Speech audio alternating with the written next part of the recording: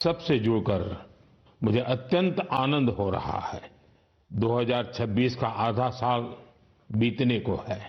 इन 6 महीनों में हमने मन की बात में देशवासियों की अनेक उपलब्धियों पर चर्चा की है।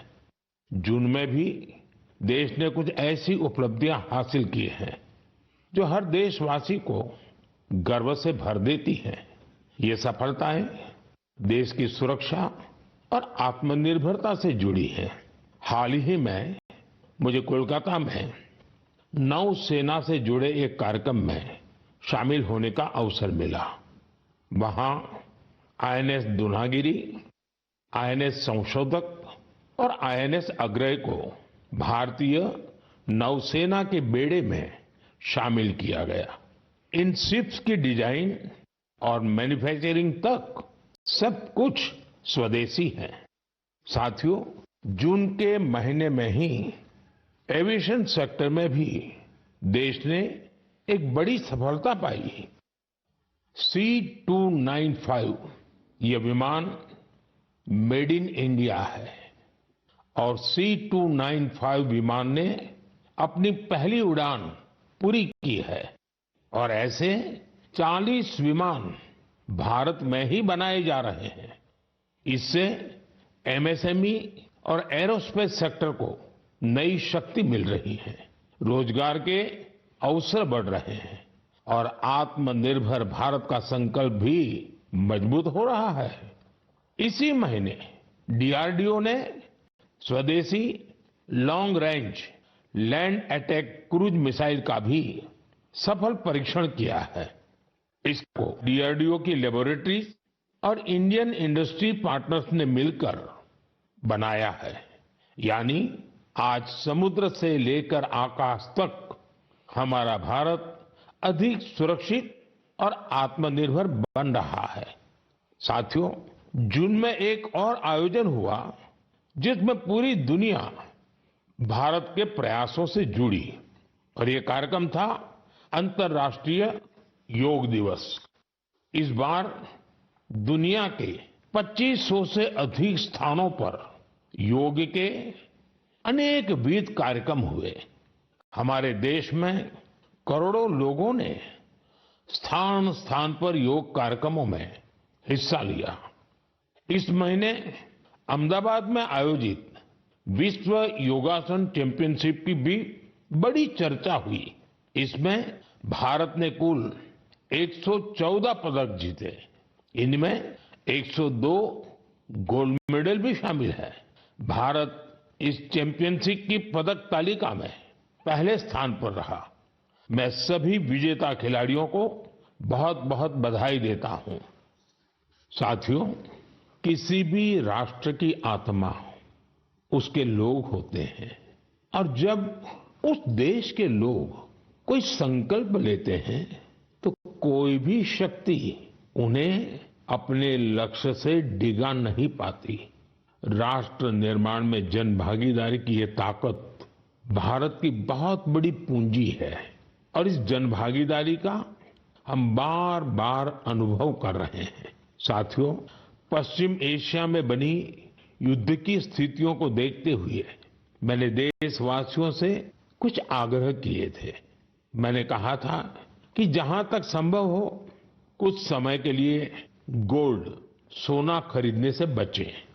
लोगों से कहा था कि विदेश में छुट्टियां मनाने से बचें। मैंने लोगों से कार पूलिंग को भी बढ़ावा देने की अपील की थी। मैंने किसानों से केमिकल मुक्त खेती के लिए, खेत बचाने के लिए और प्राकृतिक खाद का ज्यादा से ज्यादा इस्तेमाल का आग्रह किया था।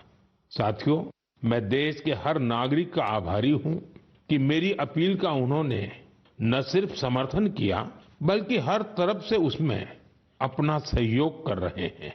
मुझे कई परिवारों ने संदेश भेजकर अपने अनुभव साझा किए हैं।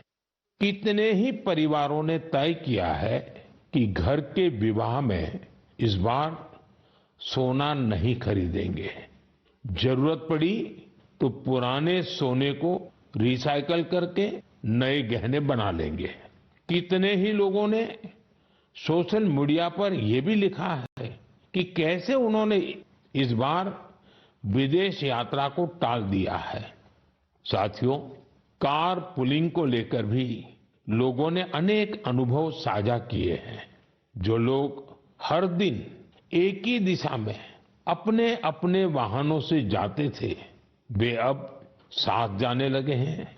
लोग हर संभव बस और मेट्रो का उपयोग कर रहे हैं।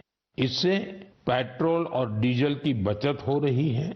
इसी तरह देश के अलग अलग हिस्सों में प्राकृतिक खाद की खपत बढ़ने की भी खबरें आ रही हैं। साथियों, मुझे इस बात की खुशी है कि इस ग्लोबल क्राइसिस का हम भारतीय मिलकर मुकाबला कर रहे हैं। मुझे विश्वास है जन भागीदारी की यही शक्ति हमें मजबूती देगी, हमें सफल बनाएगी। मेरे प्यारे देशवासियों, हमारे देश में जन्मदिन, शादी ब्याह, पारिवारिक कार्यक्रम होने के साथ ही पूरे समाज का भी उत्सव होता है। हर परिवार चाहता है कि उसकी खुशियां दूसरे के साथ भी साझा हो। लोग मेहमानों को उपहार भी देते हैं। साथियों, महाराष्ट्र के नांदेड़ में एक परिवार ने अपनी खुशियां बांटने के लिए ऐसा काम किया है जो चर्चा का विषय बन गया है। यहां नांदेड़ के बहादुरपुरा गांव में पेटकर परिवार रहता है। इस परिवार ने सोचा कि अगर खुशी बांटनी ही है तो ऐसी चीज दी जाए जो मुश्किल समय में किसी परिवार का सहारा बने। अपने घर में विवाह के अवसर पर इस परिवार ने गांव के लगभग 3,500 लोगों के लिए दुर्घटना बीमा की व्यवस्था की। हर व्यक्ति को 1 लाख रुपए का बीमा कवर दिया गया। इस पहल के पीछे की भावना बहुत स्पर्श करने वाली है। परिवार ने देखा था कि दुर्घटना के बाद परिवारों को आर्थिक कठिनाइयों का सामना करना पड़ता है। ऐसे समय में एक छोटी सी सहायता भी बहुत बड़ा संबल बन जाती है। साथियों, सरकार देश के करोड़ों परिवारों तक सुरक्षा का कवच पहुंचा रही है। प्रधानमंत्री सुरक्षा बीमा योजना के तहत केवल 20 रुपए के सालाना प्रीमियम, यानी केवल 1 साल के 20 रुपए का प्रीमियम, उस पर 2 लाख रुपए तक का दुर्घटना बीमा मिलता है। अब तक इस योजना से 58 करोड़ से अधिक लोग जुड़ चुके हैं। इनमें करीब 28 करोड़ हमारी माताएं, बहनें, बेटियां हैं, महिलाएं हैं। इस योजना से पीड़ित परिवारों को अब तक जो हिसाब मिला है, 3,700 करोड़ रुपए से अधिक की सहायता मिल चुकी है। साथियों, उसी प्रकार से प्रधानमंत्री जीवन ज्योति बीमा योजना भी उतनी ही अहम है। ये योजना व्यक्ति की दुखद मृत्यु होने पर उसके परिवार को 2 लाख रुपए का बीमा कवर देती है। इसका वार्षिक प्रीमियम सिर्फ 436 रुपये है, मतलब एक दिन का मुश्किल से 1.5 रुपया। इस योजना से अब तक 27 करोड़ से अधिक लोग जुड़े हैं। इसके तहत देश के करीब 11 लाख परिवारों को करीब 22,000 करोड़ रुपए की सहायता मिल चुकी है। ये आंकड़े बहुत बड़े हैं। इन आंकड़ों के पीछे लाखों परिवारों की अपनी अपनी कहानी है। कहीं किसी मां को बच्चों की पढ़ाई जारी रखने में सहायता मिल गई, कहीं किसी पत्नी को घर की जिम्मेदारियां संभालने का सहारा मिल गया। साथियों, कई बार बहुत बड़ी सुरक्षा की शुरुआत बहुत छोटी राशि और एक छोटे से कदम से हो सकती है। छोटा सा भी निर्णय बहुत बड़ा बदलाव करता है। मेरा आप सभी से आग्रह है कि अपने परिवार में इन योजनाओं की जानकारी जरूर साझा करें। मेरे प्यारे देशवासियों, मन की बात में अब बात एक ऐसे विषय की जो हजारों साल पुराना है, हजारों साल से मानव समाज में घर कर करके बैठ गया है। ये विषय है अंधविश्वास का। अंधविश्वास कई बार केवल एक गलत धारणा नहीं होता, वो डर पैदा करता है। और जब डर मन पर हावी हो जाता है तो इंसान सच को देखना ही बंद कर देता है। अंधविश्वास में डूबे लोग फिर बिना तर्क के, बिना सत्य जाने ऐसे फैसले लेने लगते हैं जिनका बड़ा नुकसान होता है। वहीं समाज में ऐसे लोग भी होते हैं जो विज्ञान, अनुभव और तर्क के आधार पर उन धारणाओं को चुनौती देते हैं। अंधविश्वास से विश्वास तक की ये यात्रा आसान नहीं होती। और आज मैं ऐसी ही एक सफल यात्रा के बारे में आपको जरूर बताना चाहता हूं। साथियों, असम में एक पक्षी पाया जाता है। उस पक्षी का नाम है हरगिला। हरगिला एक दुर्लभ पक्षी है। ये प्रकृति को स्वच्छ रखने में अहम भूमिका निभाता है, लेकिन असम के कुछ इलाकों में लंबे समय तक इसे अशुभ माना जाता था। लोग इसे अपने आसपास देखना पसंद नहीं करते थे। कई बार उन पेड़ों को भी काट दिया जाता था जिन पर हरगिला के घोंसले बने होते थे। सोचिए, एक ऐसा पक्षी जो पर्यावरण की सफाई में मदद करता है, वही हरगिला लोगों के डर का शिकार बन गया था। इसी दौरान जीव वैज्ञानिक पूर्णिमा देवी बर्मन ने ये सब देखा। उन्होंने लोगों के मन में बैठी गलत धारणा को बदलने का संकल्प लिया। उन्होंने महिलाओं से बात की, उन्होंने लोगों को विज्ञान के आधार पर समझाया। धीरे धीरे महिलाएं इस अभियान से जुड़ने लगी। फिर एक बड़ा बदलाव शुरू हुआ। जिस पक्षी को कभी अशुभ मानकर भगाया जाता था, वही गांवों की पहचान बनने लगा। हजारों ग्रामीण महिलाएं हरगिला को बचाने के लिए आगे आई। आज उन्हें हरगिला आर्मी के नाम से जाना जाता है। इन महिलाओं ने समाज के साथ संघर्ष भी किया, समाज को समझाने के लिए दिन रात काम किया और अंधविश्वास को पीछे छोड़ करके रहे। उन्होंने दिखाया है, जब सही जानकारी पहुंचाई जाती है तो वर्षों पुरानी सोच भी बदल सकती है। साथियों, मैं अक्सर कहता हूं, जो खेलता है वो खिलता है। आज देश में ऐसे युवाओं की संख्या बहुत तेजी से बढ़ रही है, जो खेल भी रहे हैं और खिल भी रहे हैं। पहले की तुलना में अब कहीं अधिक युवा खेलों को कैरियर के रूप में अपना रहे हैं। मुझे नागालैंड के दो ऐसे प्रयासों के बारे में जानकारी मिली है जो बहुत दिलचस्प है। पहला प्रयास है नागालैंड बेबी लीग। नाम सुनकर आपको जरूर लगता होगा कि ये बहुत छोटे बच्चों की कोई साधारण लीग होगी, लेकिन ऐसा नहीं है। ये 5 से 10, 12 साल की आयु के छोटे छोटे बच्चे, फूल जैसे बच्चों की एक असाधारण लीग है। और इन बच्चों के फुटबॉल खिलाड़ियों की एक ऐसी लीग है जो उनकी रफ्तार को और प्रतिभा के लिए उनको प्रेरित भी करती है और उनकी पहचान भी बनाती है। इसकी शुरुआत नागालैंड के अधिक से अधिक बच्चों को फुटबॉल से जोड़ने के लिए हुई थी। 5 से 12 वर्ष तक के लड़के और लड़कियां इसमें हिस्सा ले सकते हैं। ये लीग अब अपने 3 वर्ष पूरे कर चुकी है। इस लीग का बच्चों के मन पर बहुत अच्छा प्रभाव पड़ा है। साथियों, नागालैंड में एक और अच्छा प्रयास हो रहा है। इसका नाम है नागालैंड वीमेन फुटसल लीग। हो सकता है आपके लिए ये फुटसल एक नया नाम होगा।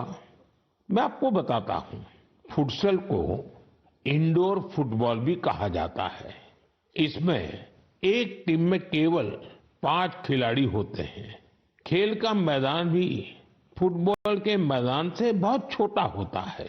इस कारण खिलाड़ियों को तेज फैसले लेने होते हैं। उन्हें अपनी टेक्निक और स्किल का बेहतर इस्तेमाल करना पड़ता है। नागालैंड की विमेन फुटसल लीग हमारी बेटियों को अपनी प्रतिभा दिखाने का अच्छा अवसर दे रही है। मैं ऐसी पहलों के लिए नागालैंड के लोगों की सराहना करता हूं। ऐसे प्रयास देश के दूसरे हिस्सों को भी प्रेरणा देते हैं। साथियों, ये टेक्नोलॉजी का युग है। हर दिन नई रिसर्च हो रही है, नए नए एआई इनोवेशन सामने आ रहे हैं। इस दौर में एक सवाल बहुत महत्वपूर्ण है, लोगों की क्रिएटिविटी को कैसे बचाए रखा जाए। नई टेक्नोलॉजी के साथ आगे बढ़ते हुए हम अपनी जड़ों से कैसे जुड़े रहें, इन सवालों का समाधान खोजा है नालंदा विश्वविद्यालय ने। हजारों साल पुरानी हमारी नालंदा विश्वविद्यालय अब नए अवतार के रूप में भारत का भाग्य गढ़ रही है। 2 साल पहले मुझे नालंदा विश्वविद्यालय के नए परिसर के लोकार्पण का अवसर मिला था। नालंदा विश्वविद्यालय ने शास्त्रार्थ की हमारी प्राचीन परंपरा को फिर से जीवन किया है। शास्त्रार्थ केवल अपनी बात रखने का माध्यम नहीं है, ये वाद, संवाद और मंथन की एक अनुशासित प्रक्रिया है। इसमें तर्क के साथ, तथ्य के साथ अपनी बात कहना बहुत जरूरी होता है और उसमें आपकी महारत होनी चाहिए। दूसरों के विचारों को धैर्य से सुनने और समझने की सीख भी इस शास्त्रार्थ की प्रक्रिया से मिलती है। मुझे खुशी है कि नालंदा विश्वविद्यालय ने इसे अपने दीक्षांत समारोह का हिस्सा बनाया। इसमें भाग लेने वाले करीब आधे स्टूडेंट्स अन्य देशों से आए थे। एक प्राचीन परंपरा को आज के समय से जोड़ने का ये प्रयास बहुत सराहनीय है। मैं इसके लिए नालंदा विश्वविद्यालय को बहुत बहुत बधाई देता हूं। मैं देश के दूसरे विश्वविद्यालयों से भी आग्रह करूंगा कि वे ऐसी पहल पर विचार करें। साथियों, जड़ों से जुड़े रहकर युवाओं को नई टेक्नोलॉजी के लिए तैयार करने का एक और अच्छा प्रयास हो रहा है। दिल्ली में स्थित central Sanskrit university artificial intelligence और डेटा साइंस में बीटेक प्रोग्राम शुरू करने जा रही है। ये आधुनिक टेक्नोलॉजी को भारत के पारंपरिक ज्ञान से जोड़ने की दिशा में एक महत्वपूर्ण कदम है। इससे भारतीय भाषाओं के लिए नए एआई टूल्स तैयार करने में मदद मिलेगी। हमारे प्राचीन ग्रंथों और पांडुलिपियों को डिजिटल रूप में संरक्षित करने के काम को भी नई गति मिलेगी। मैं सेंट्रल संस्कृत यूनिवर्सिटी को इस प्रयास के लिए बहुत बहुत शुभकामनाएं देता हूं।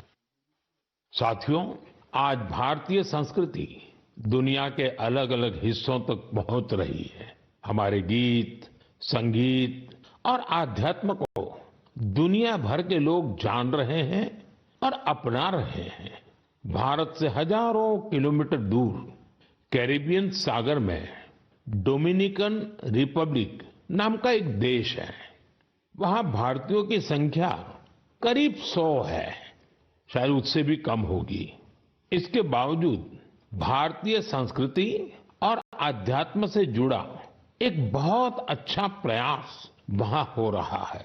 वहां स्पेनिश बोलने वाले कुछ लोगों ने एक टीम बनाई है। इस टीम का नाम है ब्रह्म कमल डोमिनिकाना। टीम के सदस्य मिलकर वैदिक साहित्य का अध्ययन करते हैं। वे वैदिक मंत्रों का उच्चारण भी सीख रहे हैं। उन्हें इसकी कोई फॉर्मल ट्रेनिंग नहीं मिली है, लेकिन उन्होंने ऑडियो रिकॉर्डिंग सुनकर वैदिक मंत्रों का सही उच्चारण सीखा है। आज वे कई मंत्रों का बहुत अच्छे से जाप कर लेते हैं। इनमें पुरुष सूक्तम, श्री सूक्तम, श्री रुद्रम, दुर्गा सूक्तम और देवी महात्म्य शामिल है। भारत से इतनी दूर रहकर हमारी परंपराओं को सीखने का उनका ये प्रयास बहुत प्रेरक है। मैं ब्रह्म कमल डोमिनिकाना वहां के सभी सदस्यों को उनके प्रयासों के लिए शुभकामनाएं देता हूं। मैं ऐसे सभी लोगों की हृदय से सराहना करता हूं जो भारतीय संस्कृति को दुनिया भर में लोकप्रिय बनाने के लिए निरंतर प्रयास कर रहे हैं। मेरे प्यारे देशवासियों, मेघालय की पहचान बादलों से है, खूबसूरत नजारों से है। जो मेघालय जाता है उसे वहां के लोगों का अपनापन भी लंबे समय तक याद रहता है। लेकिन मेघालय की एक और विशेषता है जिसकी मैं आज मन की बात में आपसे चर्चा करना चाहता हूं। ये है मेघालय के रूट ब्रिज। रास्ता वाला रूट नहीं, जड़ों वाला रूट। इन रूट ब्रिजों की कहानी बहुत रोचक है। ये ब्रिज कुछ दिनों या कुछ वर्षों में नहीं बनते। इन्हें तैयार होने में कई दशक लगते हैं। रबर के पेड़ों की जड़ों को धीरे धीरे दिशा दी जाती है। इन जड़ों को जलधाराओं के पार ले जाया जाता है। समय के साथ वही जड़ें एक मजबूत ब्रिज का रूप ले लेती हैं। इन ब्रिजों की एक और विशेषता है, ये जीवित ब्रिज है। समय बीतने के साथ ये और मजबूत हो जाते हैं। इनमें मेघालय के लोगों की सृजनशीलता दिखाई देती है। इनके पीछे वर्षों का धैर्य और प्रकृति के प्रति गहरा सम्मान है। ये ब्रिज बताते हैं कि मनुष्य प्रकृति के साथ मिलकर कितनी अद्भुत चीजें बना सकता है। ये हमारे देश की, इस धरती की धरोहर है। अब भारत ने मेघालय के रूट ब्रिजों को UNESCO world heritage site network में शामिल कराने के लिए आवेदन किया है। साथियों, क्लाइमेट चेंज के कारण इन रूट ब्रिजों के सामने कई चुनौतियां भी आती हैं। ऐसे समय में मेघालय के लोगों ने इस प्राकृतिक धरोहर के संरक्षण की जिम्मेदारी भी बखूबी निभाई है। पहले ये पता लगाना भी आसान नहीं था कि ऐसे ब्रिजों की संख्या कितनी है। स्थानीय लोगों ने खुद इनकी गिनती शुरू की। इसके बाद समुदायों ने इन ब्रिजों की देखभाल की जिम्मेदारी भी संभाली। आज स्थानीय लोग 120 से अधिक रूट ब्रिजों की देखरेख कर रहे हैं। कुछ टीमें हर साल इन पुलों की स्थिति की जांच करती हैं। कुछ लोगों ने आसपास के क्षेत्र को मजबूत बनाने के लिए नर्सरी भी तैयार की है। इस तरह के इनके संरक्षण के लिए एक पूरा इकोसिस्टम तैयार हो गया है। आपने देखा होगा, इस वर्ष हैली वारजी को पद्म अवार्ड से सम्मानित किया गया है। उन्होंने अपने जीवन के 50 से अधिक वर्ष इन रूट ब्रिजों की देखभाल में लगाए हैं। उनका समर्पण हम सभी के लिए प्रेरणादायक है।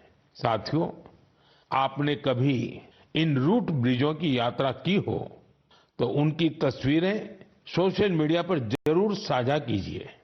आपकी तस्वीरें दूसरे लोगों को भी मेघालय की इस अनोखी धरोहर के बारे में जानने के लिए प्रेरित करेगी।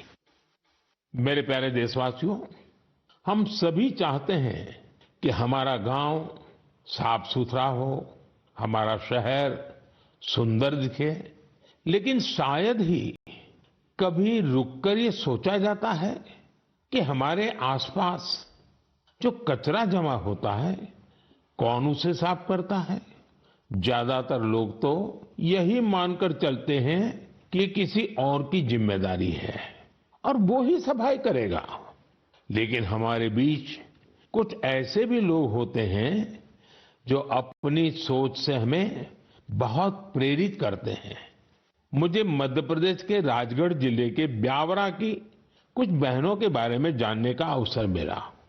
उन्होंने अपने आसपास फैले प्लास्टिक कचरे को हटाने का संकल्प लिया। ये नहीं सोचा कि कोई आकर बदलाव लाएगा। उन्होंने खुद शहर भर से प्लास्टिक कचरा और खाली बोतलें इकट्ठा करना शुरू किया। धीरे धीरे ये प्रयास आगे बढ़ता गया और फिर उस प्लास्टिक को इको ब्रिक्स में बदला जाने लगा।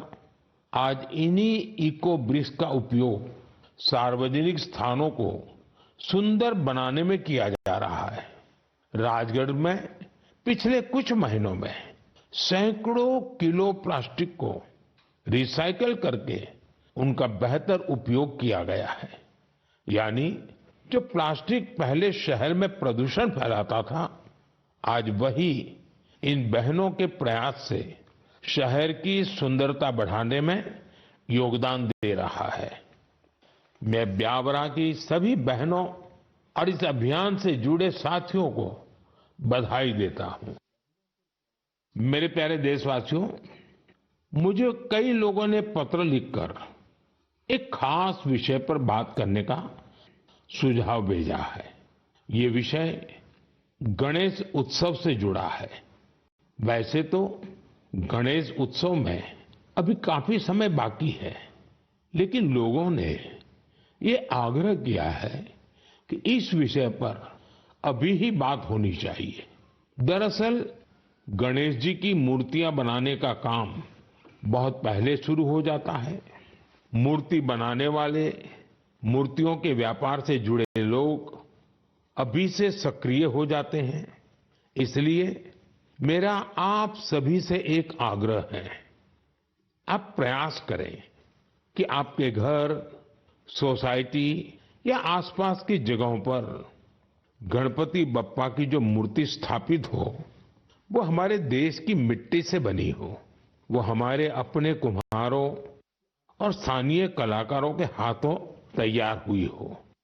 जो लोग गणेश जी की मूर्तियां बनाते हैं, उनसे भी मेरा आग्रह है कि वे मिट्टी की मूर्तियों को प्राथमिकता दें और जो लोग मूर्तियां खरीदते हैं, वे भी यह जरूर देखें कि गणपति बप्पा की मूर्ति किससे बनी है और किस देश में तैयार हुई है। प्लास्टर ऑफ पेरिस से बनी मूर्तियां बिल्कुल न खरीदें।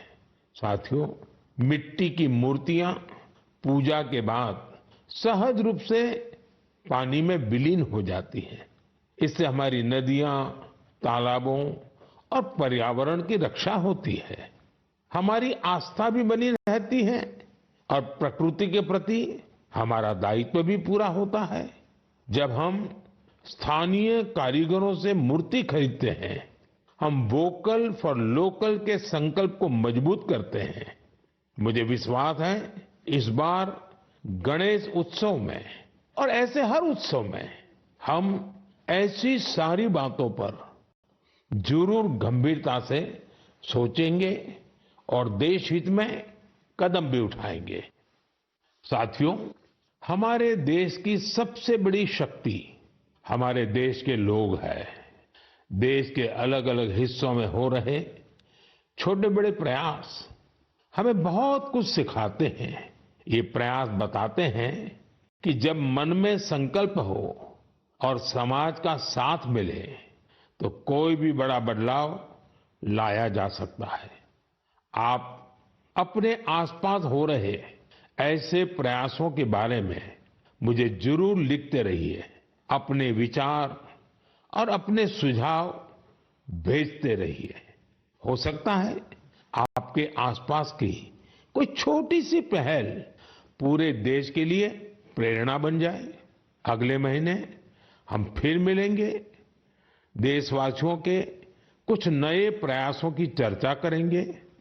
तब तक आप अपना और अपने परिवार का ध्यान रखिए। और हां, जल संचय तो करना ही करना है। बारिश के पानी की एक एक बूंद को हमें बचाना है।